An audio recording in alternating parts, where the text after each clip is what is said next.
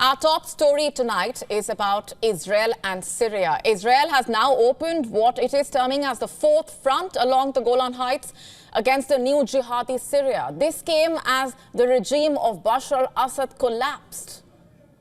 The collapse happened at one of the fastest rates witnessed in recent times, by the way.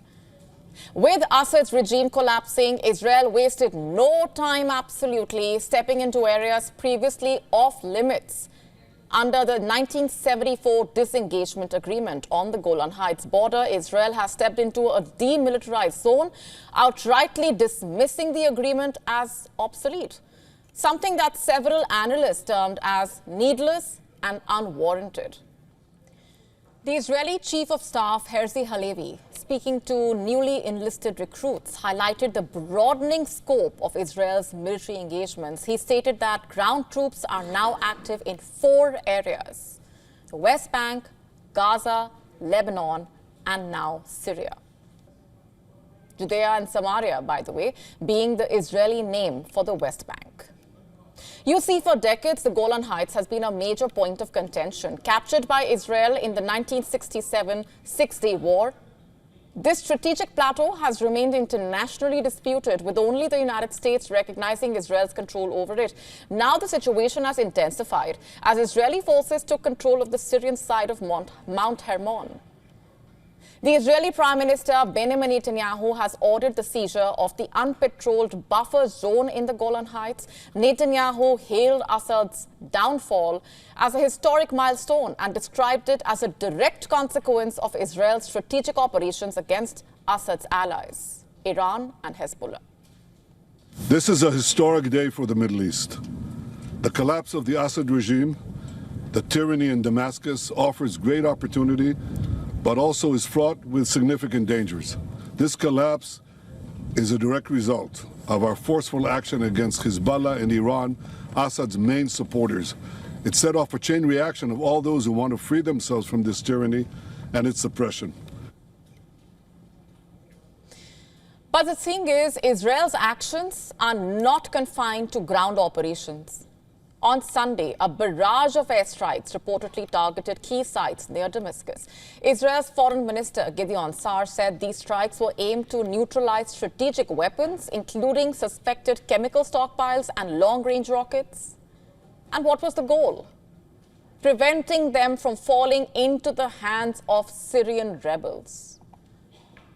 Meanwhile, the collapse of Assad's regime raises questions about the future of this already volatile region.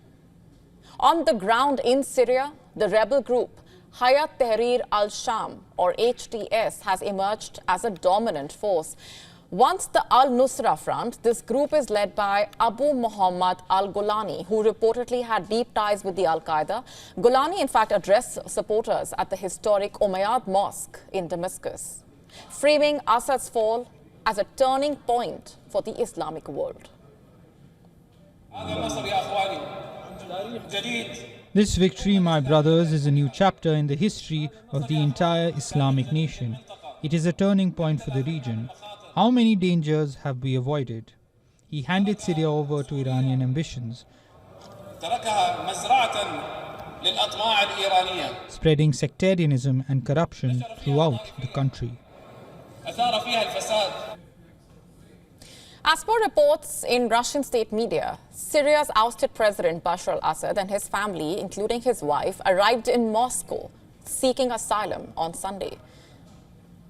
You see, these developments have far-reaching implications. For Iran, the fall of Assad is a major setback, with its regional influence severely undermined in a way. After all, Syria under Assad was a linchpin in Tehran's network, facilitating the flow of arms and support to Hezbollah and other allied factions. The immediate question is, what lies ahead for Syria? And before we answer that question, it's important to know more about the multiple players involved in Syria. Like we said, the most significant rebel group, Hayat Tahrir al-Sham, or HTS, controls the region spanning from the capital Damascus all the way to the north to Idlib. And then the Kurdish forces from Syria's Kurdish ethnic minority, That is reportedly United States' main local partner in the fight against the Islamic State in Syria, under the banner of the Syrian Democratic Forces. After largely defeating the ISIS, the Kurdish-led forces consolidated control over towns in Syria's northeast. Turkey also effectively controls a zone along Syria's northern border. It reportedly supports factions such as the Syrian National Army, a coalition of armed Syrian opposition groups. Analysts say Turkey probably gave tacit approval to the offensive led by HTS. The Turkish President Recep Tayyip Erdogan reportedly expressed support for the rebel advance. Now back to that original question, what happens next in Syria? You see, the collapse of Assad's regime has created a power vacuum, and the players vying to fill it each bring their own set of challenges. Western countries, including the United States, fearing that Syria could become a breeding ground for terrorism. US President Joe Biden praised the fall of Assad, but cautioned against the dangers of further instability. As we all turn to the question of what comes next, the United States will work with our partners and the stakeholders in Syria to help them seize an opportunity to manage the risks. Rebel forces reportedly now also control areas close to Israel's border, including Quneitra and Dara. Could the rebel factions eventually turn their focus southwards towards Israel? Could the Golan Heights, already a contested territory, become a flashpoint for broader conflict? You see, there is broader historical context to this. The Levant, once part of Greater Syria, encompassing modern-day Syria, Lebanon, Palestine, Israel, Jordan, Cyprus, has long been a region of strategic significance. So could these factions have ambitions that go beyond Syria? The question may no longer be just about Israel's fourth front war. Rather, the future of West Asia as a whole. Is West Asia entering a new and unpredictable phase in a region where history often repeats itself? Will the fall of Assad mark the beginning of a lasting change? Or will it simply set the stage for a prelude to more conflict? To stay up to speed with the latest news, download the WION app and subscribe to our YouTube channel.